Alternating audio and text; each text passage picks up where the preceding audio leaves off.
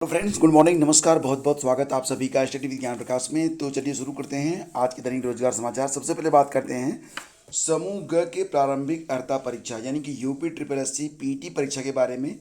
ये परीक्षा 20 अगस्त को होने जा रही है और इसके लिए जो प्रदेश के 75 जिले हैं उसमें केंद्र बनाए जाएंगे। परीक्षा जो होगी ये 2 पालियों में होगी। दागी स्कूलों को केंद्र नहीं बनाया जाएगा और कुल मिला के 20 लाख से अधिक परीक्षार्थियों के इस परीक्षा में शामिल होने की उम्मीद है। पीटी के बाद एक परीक्षा और होगी जिसको आप कहेंगे मुख्य परीक्षा, मतलब पीटी के स्कोर कार्ड के मुताबिक ही मुख्य परीक्षा में बैठने का आपको अवसर मिलेगा। और मुख्य परीक्षा में मुख्य रूप से देखा जाए तो यहाँ पर लेखपाल, लिपिक, लेखा परीक्षक, ग्राम्य विकास, परिवार कल्याण और बाल विकास पुष्टाहार के साथ साथ नगर निकाय के पद शामिल रहेंगे।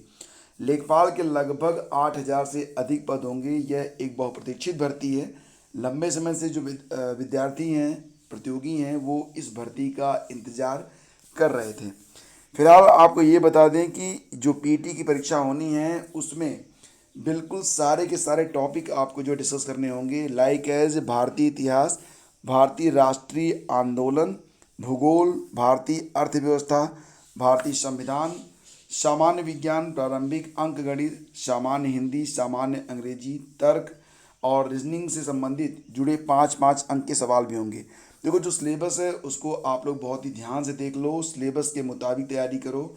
अगर कोई 1-2 टॉपिक आप छोड़ना चाहते हो तो इसके बारे में एक अलग वीडियो मैं आपको दूंगा कि किस प्रकार से आप तैयारी करो कि कम तैयारी करके आप सर्वश्रेष्ठ स्कोर ला सकते हो। याद रखना, जो आपका टारगेट है वो 65 प्लस ही होना चाहिए। इसके नीचे करोगे तो मुख्य परीक्षा में हो सकता है कि बहुत सारे ऐसे पद हों जिसपे आप एलिजिबल न माना जाओ।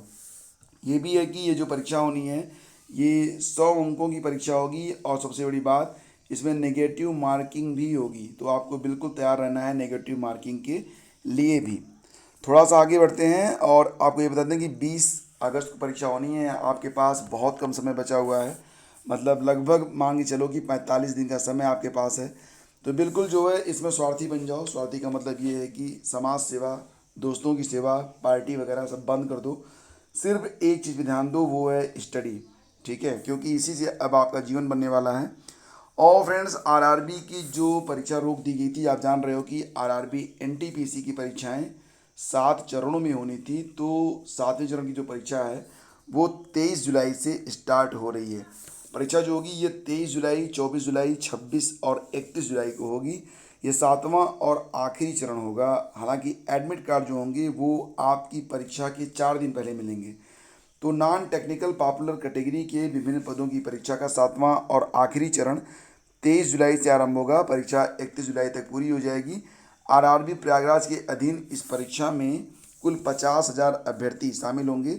आरआरबी के नोटिफिकेशन के मुताबिक सभी भर्ती बोर्ड के 2.78 लाख अभ्यर्थी अपने एडमिट कार्ड परीक्षा की तिथि से 4 दिन पहले जो है वो डाउनलोड कर पाएंगे। तो अब एडमिट कार्ड डाउनलोड करने के लिए अभ्यर्थी को अपने संबंधित जोन की रेलवे भर्ती बोर्ड की वेबसाइट का इस्तेमाल करना होगा।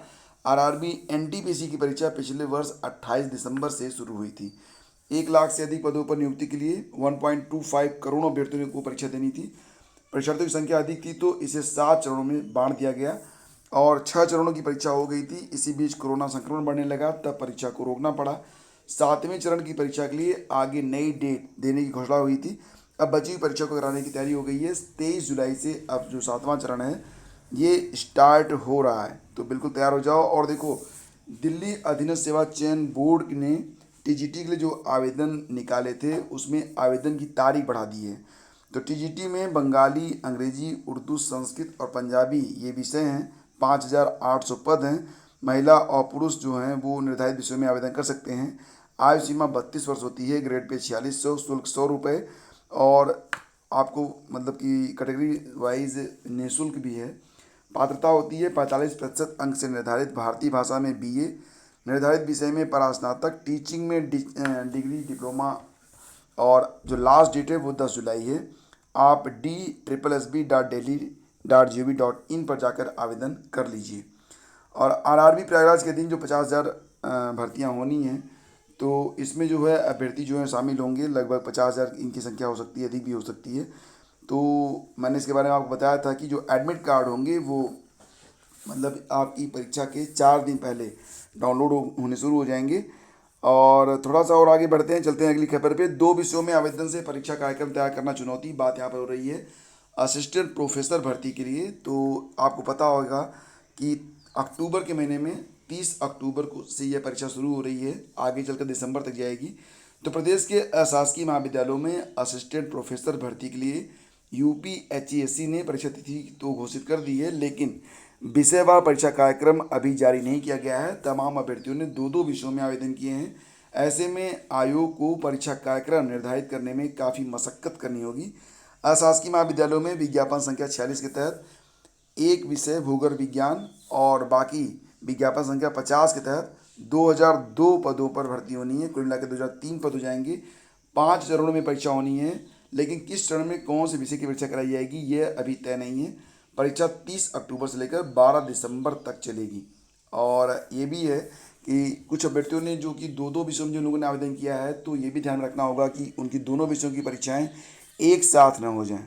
तो इसके थोड़ा सा जो है जो टाइम टेबल है उसमें थोड़ा सा इम्प्रूवमेंट करना होगा। मतलब अभी तो बना नहीं है, लेकिन ये बात ध्यान में रख के ही टाइम टेबल जो है वो बनाना होगा।